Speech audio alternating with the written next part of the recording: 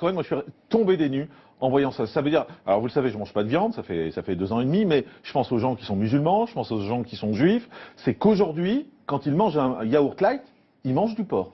Alors, ils peuvent en manger parce qu'en réalité, on se sert de cette gélatine parce qu'en fait, à partir de la couenne de porc, on fabrique de la gélatine et cette gélatine, justement, quand un produit est allégé, on ne peut pas lui donner une coagulation normale, il n'aura jamais la forme d'un yaourt. Donc, pour lui donner la forme d'un yaourt, on va rajouter de la gélatine et en l'occurrence, la gélatine la moins chère, c'est la gélatine de porc et donc pendant des années, tant qu'il n'y avait pas d'obligation légale, on mettait la gélatine, on avait un produit allégé qui tenait, qui était consistant, mais en fait, c'était de la gélatine de porc qui le faisait tenir. Mais on marche sur la tête quand même, excusez-moi, de mettre dans un yaourt de foutre du porc. Enfin, on marche sur la tête. Alors, c'était surtout dégueulasse vis-à-vis des gens qui avaient des contraintes religieuses ou des contraintes alimentaires. Je pense soit aux juifs, soit aux musulmans, soit aux végétariens ou aux végétaliens qui avaient envie de manger un produit et qui, en fait, découvrent au bout d'un moment que c'est de la gélatine. Ceci étant, sur la pression de beaucoup de gens, on commence à utiliser de la gélatine bovine, mais c'est pas beaucoup mieux. Vous avez un bœuf dans le yaourt et on dit sans arrêt. Vous entendez ce que vous dites? Vous avez un bœuf dans le yaourt, quoi.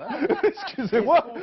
Et ce qu'on fait à l'heure actuelle, c'est qu'on est en train de faire pression sur les industriels pour leur dire utilisez de la gélatine végétale. Sauf que la réponse des industriels, c'est de dire, comme par exemple l'agar-agar, c'est de dire oui mais c'est super cher, ça va faire monter le prix du yaourt. Oui mais ok, ça serait 1 plus sain, 2 plus naturel et troisièmement probablement équivalent sur le plan du goût et de la consistance. Mais pour faire des yaourts, on est obligé de mettre de la gélatine? Pour faire des produits light, certains produits light, si vous ne rajoutez pas un épaississant, le produit n'a pas de tenue. Ça veut dire que vous allez prendre du lait à 0%, vous allez mettre un ferment à l'intérieur, mais on n'arrivera pas à le coaguler, donc vous aurez une espèce de magma liquide. Donc, et eux, ils ont besoin de faire croire que ce produit ressemble à un vrai yaourt, donc on va rajouter de la gélatine. Mais il n'y a pas que dans le yaourt, c'est-à-dire que vous allez le trouver par exemple dans certaines marques de raviolis, où on va, pour faire une sauce épaisse, on va mettre ça. Vous allez même s'ils ne sont pas la viande. Bien sûr. Donc un ravioli aux légumes, on peut trouver du porc. Bien sûr. Vous allez le trouver dans les plats tout préparés, tout ce qui est plat préparé, ou de temps en temps pour donner de la consistance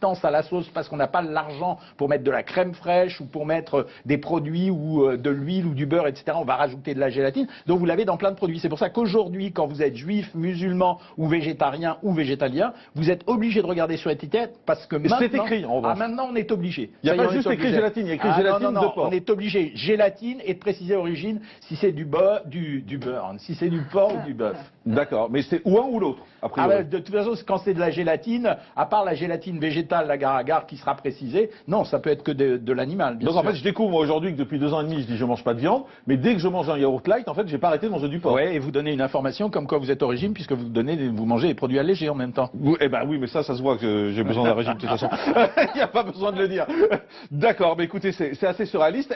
Aujourd'hui, à part l'agar-agar, là, c'est ça ce que vous appelez l'agar-agar, c'est le seul moyen de faire des produits on peut rajouter aussi des amidons transformés, c'est-à-dire l'amidon transformé, c'est le produit qu'on trouve notamment dans les pommes de terre, c'est des sucres qu'on va utiliser, qui vont se mélanger, qui vont épaissir la sauce, comme les ménagères qui utilisent, ou les gens qui font la cuisine à la maison, la maïzena ou la farine qui va servir à épaissir un produit. Et dernière question pour conclure, vous dites aux gens aujourd'hui arrêtez de manger du light en fait. Si oui, clairement, arrêtez de manger du light, arrêtez de mettre des édulcorants dans vos produits. On a une nouvelle notion à l'heure actuelle, les édulcorants vous empêchent de manger certes du sucre, mais ils renforcent la tendance à manger du gras. Merci docteur Jean-Michel Cohen, nutritionniste, d'avoir été avec nous avoir appris qu'il y avait un bœuf dans nos yaourts ou du porc dans nos yaourts.